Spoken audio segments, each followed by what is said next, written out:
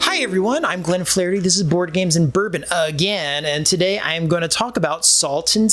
Now, this is a copy that was sent over by DeVere for review, and I wanted to review it, one, because I like Euro games. I run the Euro group, and I've been seeing mixed reviews. I see some people say it's great, some people say it's great, but they have issues.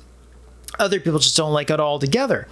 So in my place, I've kind of had what I thought was a slightly different view than other people on it that I wanted to share in case it was helpful for you to make up your mind. Now, this is a worker placement game. I've seen it called economic simulator, which it is not. It is a worker placement game. The cards are actions. Put the worker on the action, do the action, move up tracks, unlock stuff. Your tableau changes, get points. That's the game, okay? Now, the theme of the game is, and by the way, it is 1 to 4 players, 14 and over. I can understand it being 14 and over. It's rather complicated, or I should say, it is not. There's a lot of gears to think about when you're playing it. 1 to 4, the solo is great, but the theme of it is you are processing, drilling, gaining lithium to turn into energy, and you're selling it to get points. Now, to do that, there are several steps you have to go through and different actions you can take. The actions are, you need to get land so that you can mine it. 2, you need to drill the land. Then you need to have a place you can store it. Then you need to process it. Then you need to sell it so you can get money. Once you get money, you can buy shares that move you up tracks and maybe give you bonus powers or give you more storage or extra workers as you unlock them on your own tableau tracks. You can buy contracts that when you complete those with certain types of resources you have, you get money and points and other things get unlocked. There's end goals you can race to get to first for straight points. You can also buy extra cards that give you more powerful action turns, right? So instead of maybe gaining land, you have a card in your hand that says gaining land. I put a work on it, I can buy something. Well, maybe now I have a card that says I can buy that land at a discount. Or instead of drilling, now I can drill 2 cards down. There's an interesting idea in it where when you drill an expensive, valuable card that gives you a lot of resources, there's a bad side to it too, which is it damages your drill bit. And after so much damage, you can't drill anymore and you have to pay to bring that back down.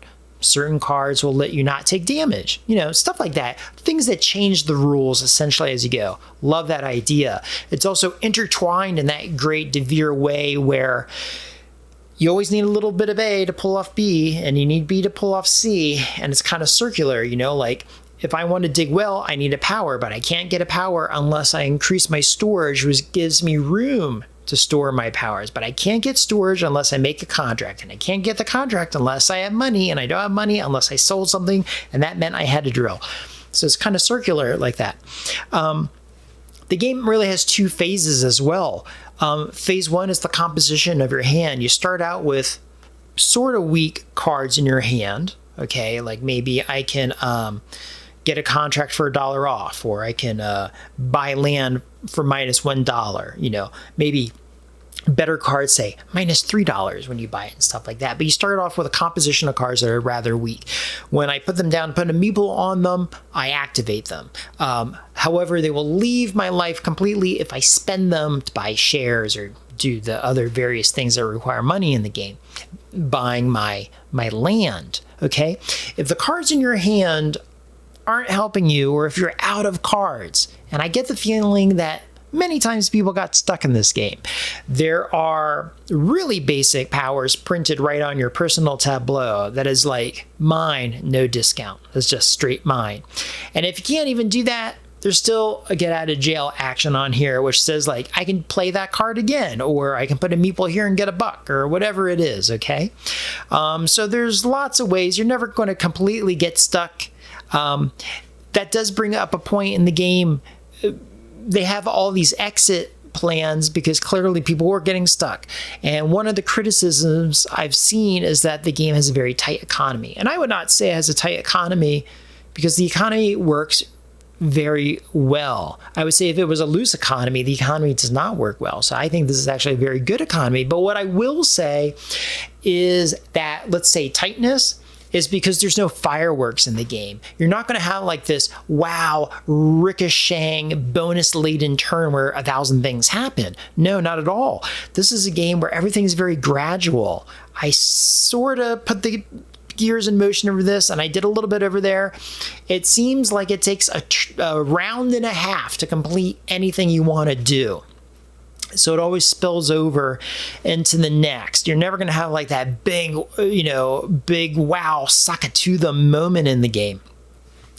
And I think that is what that guttural, visceral reaction is something people aren't feeling in that game. Some people have said like moving up and buying shares in the companies wasn't really worthwhile. And why do you buy shares in the game? Well, when you buy shares in companies, that's one of the way we have to end the game. You have to buy shares. But as you sell things to the companies in the game, you raise the amount of shares that can be bought.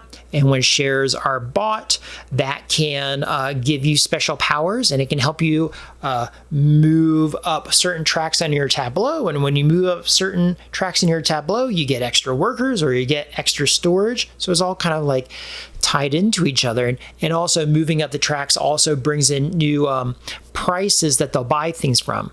And that gets you new, better, more expensive, more valuable turns, right? So in that way, they kind of have that built-in mechanism. The game ends at around 2 hours because there are the same amount of turns no matter how many players there are, because the game is ended when the land runs out or if the shares are bought. Okay. And so what I came away with the feeling was that this game could easily go 3 or 4 hours without the economy spiraling out of control.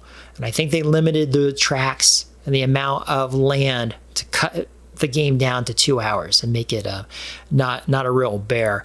Some games, they have artificial endings because that's the point at which everything spirals out of control. I totally understand that, right? You have to put those band-aids on games to make them work. Here, I think, is just to end it. That's why they did it. We just need to end it around 2 hours, or that it gets a little long in the tooth. And I will say that around 2 hours, I was kind of just like wanted it to end. I thought there was a lot of replayability. So this is I had mixed feelings about it. I saw there was a lot of different paths I could have gone for my points. I could have gone for completing a lot of contracts. I could have gone for moving up the stocks, because eventually once you move up stocks, you start to get some points. But boy, is it hard to get up there. You also get little points for what's in your hand. You get points for, just everything. You get points by the powers you have multiplied by, the card it's above and X, Y, and Z. You can read all the rules, but there's just, it's a, what do they call that? A point salad there.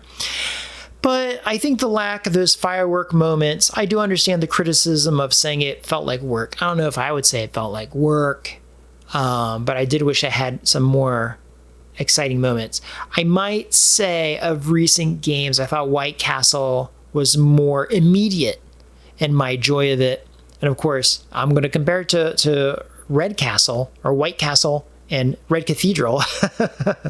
And that, Red Cathedral is great too. Now, there are some other games, bigger box games by them somewhere on my shelves. But I do want to say that in a small box for $40, you're getting a very well-designed game. But there is that push and pull to it. Is it a great solo experience? It's a solid solo experience. It works very well. But again, I just kind of wanted it to end. I don't know how many times I'd play it. So mixed. I'll definitely play it if anybody wants to put it on the table, because I would like to explore it again. I would need those other people to push me towards that. I'm not sure I would be the person leading the pack saying, dude, we gotta play this game again.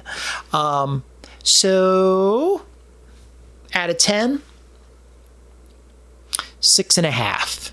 Definitely better than average. Not jumping over the moon about it. I appreciate the design. It looks very good. It looks like a schematic. Details are a little bit small. It's hard to read from across the table. Cards are a little thin. They are going to bend. But I can't say I had wow. So not quite a 7.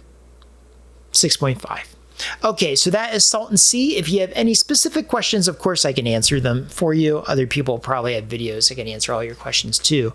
But anyway, I hope that gives you a better idea about what you're in store for. Until then, ta-ta.